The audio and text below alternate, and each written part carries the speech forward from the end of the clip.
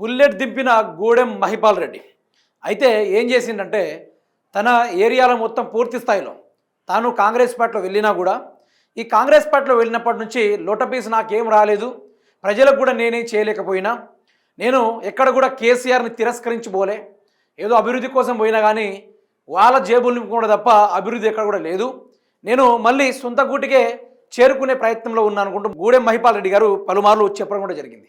ఇక ఇదే మున్సిపాలిటీ ఎన్నికల్లో కాంగ్రెస్ పార్టీకి ఒక్క ఓటు కూడా పడద్దు, ఈ ఏరియాలో చుట్టుపక్కల మొత్తం బీఆర్ఎస్కి ఓటు పడాలి అని చెప్పి మొత్తం బీఆర్ఎస్ వాళ్ళని గెలిపించుకొని తీర కారెక్కే టైంలో భలే డైలాగ్ కొట్టిండు.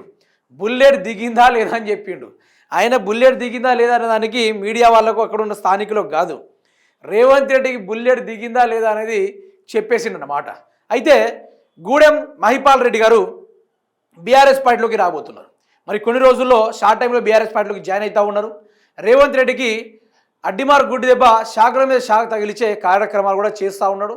అయితే బీఆర్ఎస్ పార్టీని వీడు ఎవరైతే వెళ్ళారో వాళ్ళకి చుప్పలు చూపెట్టే విధంగా అందులో ఉన్న ఆ పార్టీ మారిన ఎమ్మెల్యేలే ఈరోజు రెడీగా తయారవుతూ ఉన్నారు. అందులోనూ గూడెం మహిపాల్ రెడ్డి గారు మాట్లాడడం ఈరోజు చాలా ఆసక్తికరంగా అయిపోయింది. ఒకసారి అదే విషయాన్ని మీరు చూసుకుంటే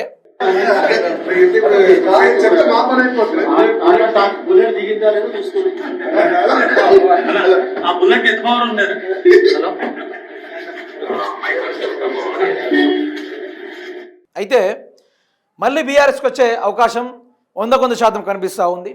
ఈ లెక్కన రేవంత్ రెడ్డి ఏదైతే సామ్రాజ్యాన్ని కూల్చాలని చూసిండో తన సామ్రాజ్యమే అడ్రస్ లేకుండా పోయే అవకాశం కూడా మనకు కనిపిస్తూ ఉంది.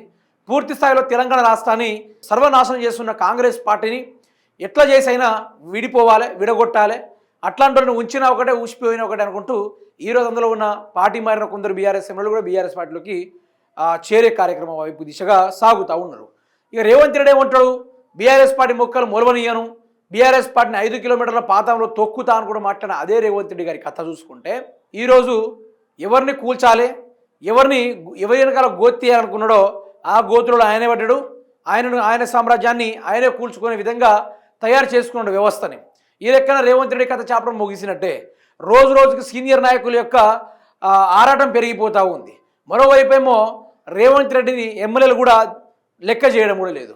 అధిష్టానంలో కూడా కాళ్ళ చేతులు పట్టుకొని పదవిని కాపాడుకుంటూ అధిష్టానం చుట్టూ తిరుగుతూ ఉన్నాడు. కానీ ఇక్కడ ఉన్న పరిస్థితి చూసుకుంటే మాత్రం రేవంత్ రెడ్డి చిన్న పిల్లోడు సైతం లెక్క చేయకుండా ముందుకు సాగిపోతూ ఉన్నారు.